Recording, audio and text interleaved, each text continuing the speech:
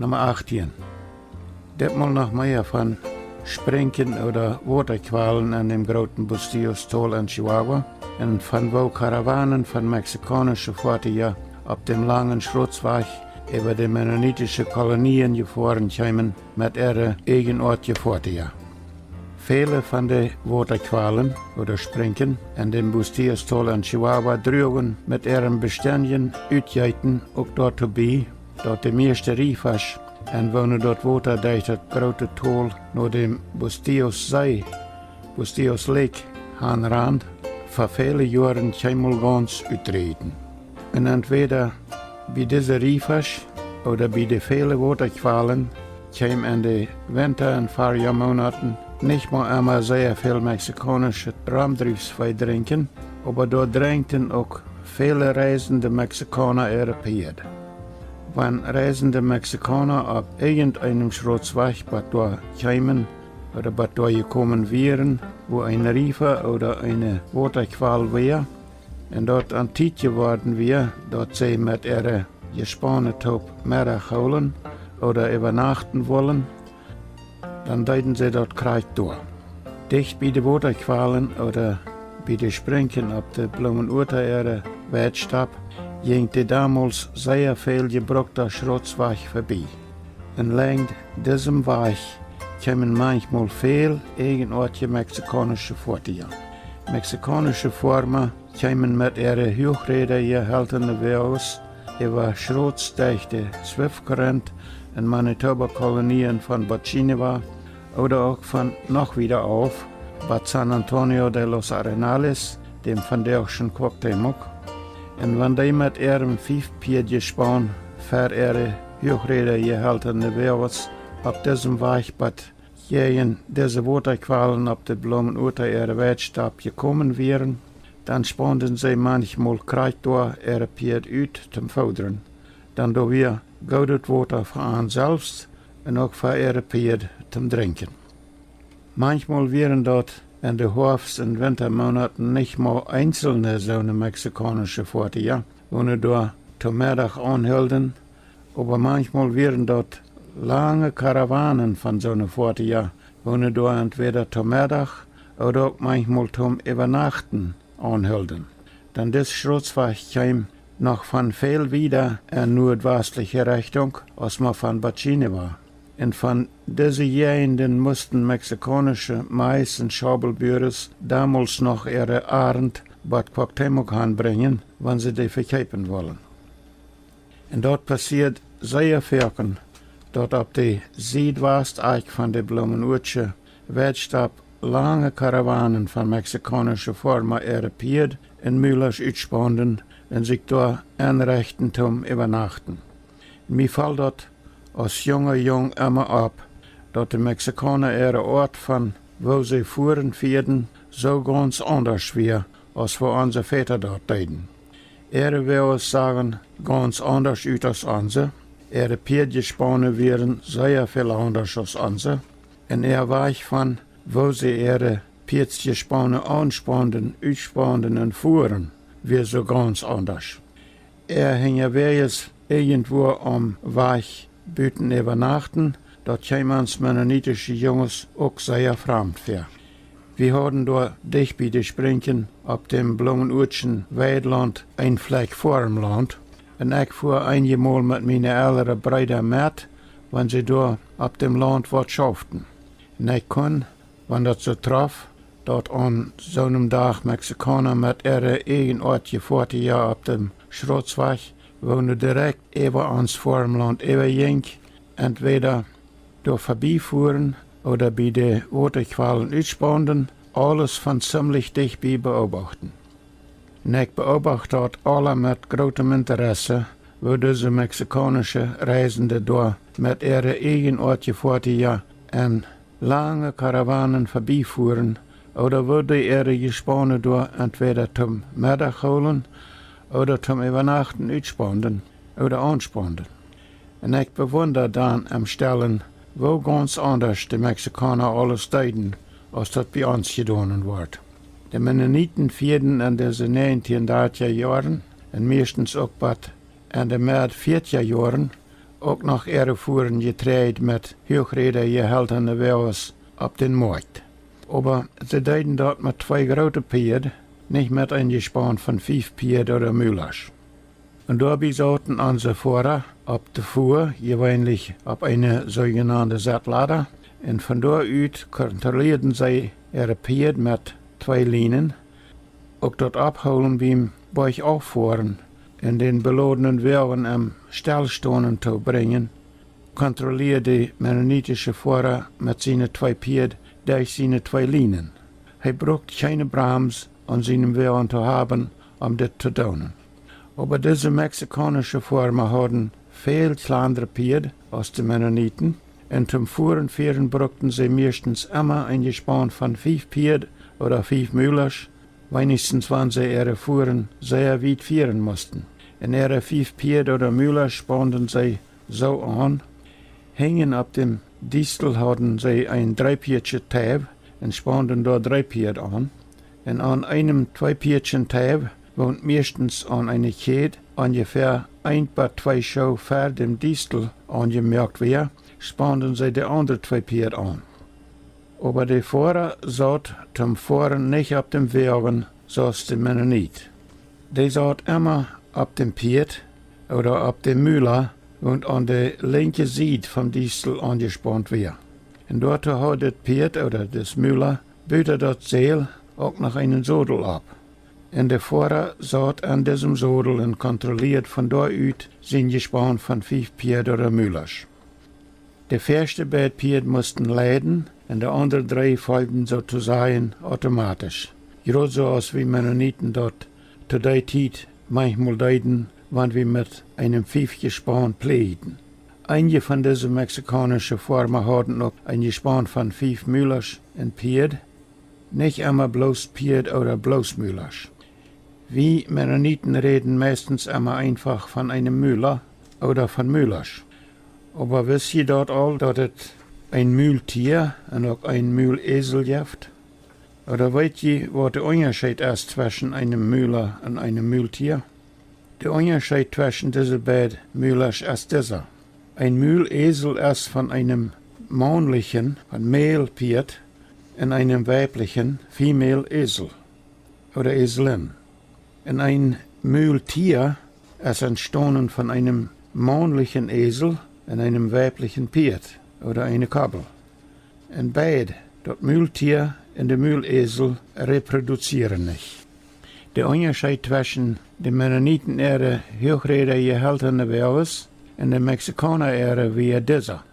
Unsere, die Mennoniten ihre haltene Wagens hatten keine Bremsen, keine Brakes. Unsere 2 große Pferde wären immer so angespannt, dass sie die Fuhr von ihren Collars aus mit der Seelenstrang trocken und mit ihren sogenannten Hängergeschirrs oder mit den Backreimens bremsen oder abholen und zum Stonen bringen können. Aber der Mexikaner hochreder gehaltene Wagen hat Bremsen, hat Brakes an seine Hängerräder. Und mit diesen Bremsen kontrolliert die mexikanische Fahrer oder Kutscher auch von seiner Seite auf dem Rodel. Den Bremsstrang hat der Fahrer an dem Sodelknopf so angebunden, dass er den leicht an seine Hand nehmen kann, wenn das wo an Bremsen fehlt. Diese Wagenbremsen, die Brakes, das wir ein grober Balken mit einem passenden Klotz für jeder Hängerrad auf seine beiden Enden.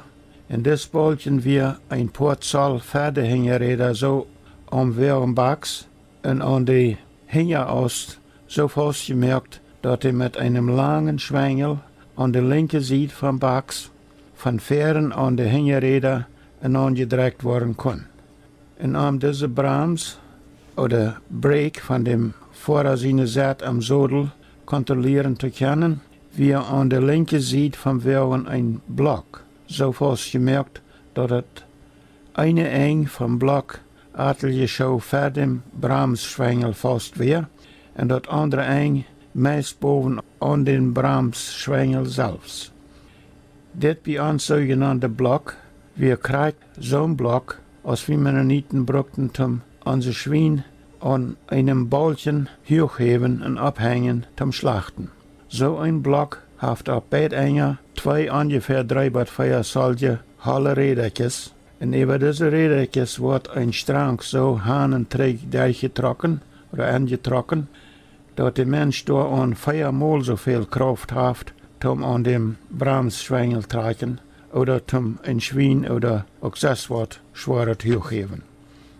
Also so ein mexikanischer Fahrer oder Kutscher, der muss nicht mal 2 Linien an seine Hängen haben, um sein Gespann Pferd oder Müllers kontrollieren, so als die Mennoniten dort mussten, aber der muss auch den Bremsstrang bei sich haben, um den Wagen bremsen oder brechen, wenn das da fehlt. Und dort fehlt da an jeder Mal, wenn das irgendwo bei aufging, ab dem langen Weg nach Quackteimok, dann das Schrutzweg ging durch viele Riefers und auch rauf und dann ab wie viele kleinere und größere Landeivers. Und war fast keine Riefers wären damals allbringen. Aber die mussten auch durch viele Hikes fahren. Und bei jeder Hike musste Wagen mit seinen Bremsen zum Stillstehen gebracht werden. Und wenn diese wandernden Karawanen von mexikanischen Fahrten mit ihren Mais oder Schaukel fuhren, irgendwo zum Mittag oder zum Übernachten anhielten, dann ging bei an auch weiter alles ganz anders zu als bei den Mennoniten, wenn die wo zum Mittag oder zum Übernachten anhielten. Die Mennoniten spannten ihr 2 gespannt Pferd uit und bungen die zum Fodern an ihren Wagen an. Und wenn sie von so weit auf mit ihren Fuhren getreut nach Quackteimok kämen, dass sie nicht an einem Tag einen Träg fahren können, dann bleiben sie meistens über eine Nacht bei ihren Verwandten, wo sie an einem Dorf dicht bei der Stadt wohnten.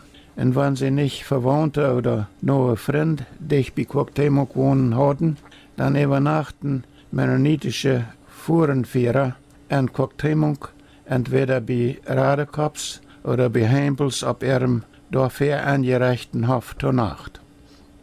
Da können sie für Bezahlung ihre Pferd am Stall fordern und tränken, und da können sie auch in einem einfachen Bad in eine Stube am Stall schlupen. Das heißt, wenn sie eine Dachen in Chassis dort mitgebracht haben.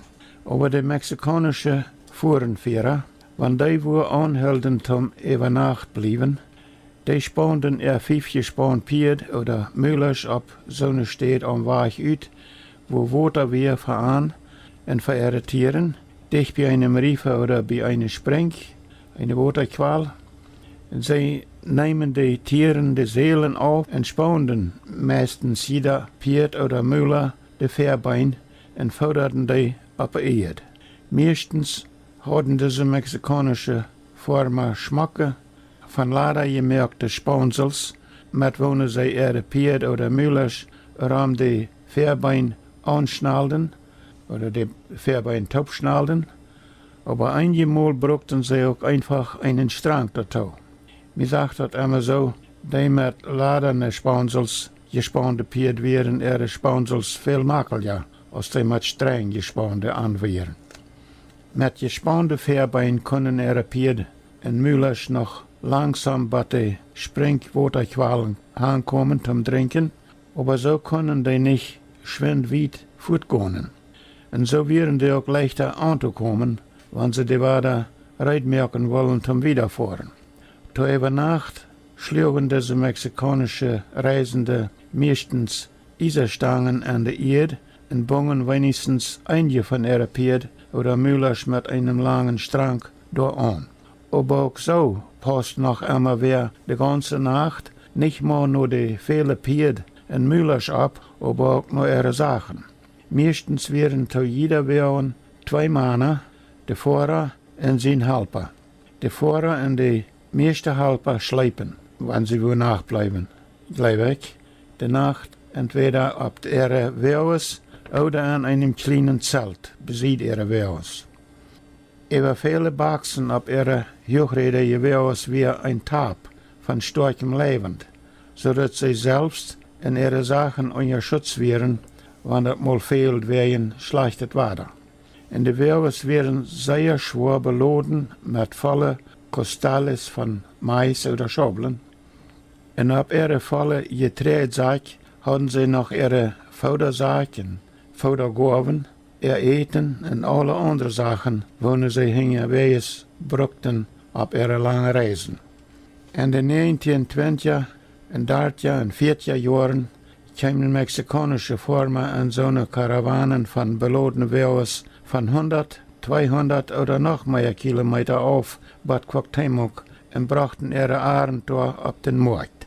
Das wären aber nicht die Ejidos, die Kleinfarmer, wo jeder ein kleines Fleck von einem Großgrundbesitzer seinem Land durch die Regierung gekriegt haben, für sich brocken. Das wären Farmer, wo ein Land hatten und mehr mögen von ihrer Farmerie als die kleinen Ejido-Farmer.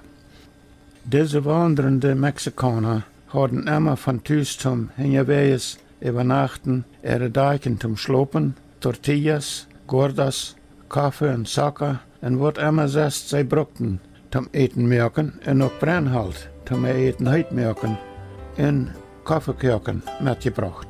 Und sie leiten sich bei ihrem Ovenkosten Frühstück merken viel Zeit. Aber zum Morgens werden sie weiter alle tegelijker Zeit rijden zum Wiederfahren. Vielleicht haben die mexikanischen Farmer von dort weit am Nordwesten aus San Antonio de los Arenales nochmal bloß eine Suchstation wir, nicht eine Stadt. Auch manchmal ihre Fuhren Mais in Schobeln Bad Cusividiachi angeführt. Dann kussen wir anfangs 1900 eine erfolgreiche und wachsende Stadt. Diese Goldminenstadt war damals die größte oder vielleicht auch mal die zweitgrößte Stadt im Staat Chihuahua, im Estado Chihuahua. Die Mine braucht hunderte Arbeiter und die Stadt war beständig, sodass es da immer noch mehr Schobeln und Mais und andere Farmprodukte braucht. Vielleicht sind so eine Farmer anfangs 1900 mit ihrem Mais und Schobelfuhren einmal auch direkt bei der Stadt Chihuahua angefahren und haben die dort verkauft. Hier brechen wir weiter auf für das Mal. Nächstes Mal noch mehr von der Minenstadt Cusividiachi und von dem Schrotzweig, wo über den mennonitischen Swift-Current in Manitoba-Kolonien in Chihuahua ging. But nächstes Mal, ich sehe George Rempel.